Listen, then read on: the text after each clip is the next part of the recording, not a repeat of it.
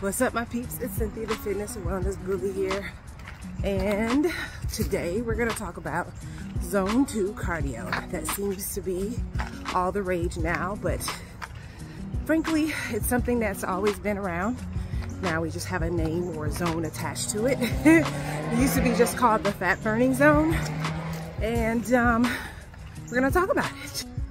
So zone 2 cardio is basically medium intensity at a sustained amount of time, basically. And the benefits are that your percentage of calories burned come from fat, right? Which is why they suggest that you stay in that zone for body fat reduction. Also, it's good for mental well-being. From what I understand, it helps regulate glucose as well as improve insulin sensitivity. So there's a whole wealth, of course, of heart health as well, right? So there's a whole wealth of benefits of doing zone 2 cardio. And for me, what I really like about it is that it's easier on the joints, right?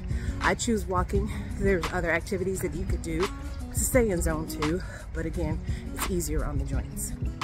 So according to the American College of Sports Medicine, when you're in zone 2, you are at 60 to 70% of your maximum heart rate, and I'll go through all the calculations for that. But within this zone, you burn 65% of your calories will burn fat, whereas in zone 3, which is the aerobic zone, where you will burn 50% carbs and 50% fat. So that's why a lot of people are saying if you're looking to lose body fat, that you want to stay in zone 2. I'm going to throw up a chart so you can see all of the zones. I just touched on zone 2 and 3, but there's zones 1 through 5.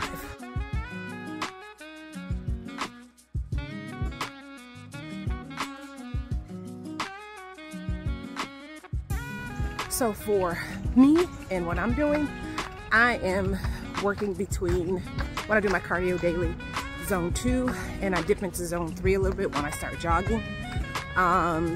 That's just my preference, but I mainly stay in zone 2. I will admit sometimes it's hard to stay in zone 2, but again, they say it's best for burning body fat. And then when I hike, typically I'm hiking the mountain, and the elevations really get my heart rate up to where it's like in zone 4, which is 80 to 90% of your maximum heart rate. So I don't just stay at zone 2 is basically what I'm saying.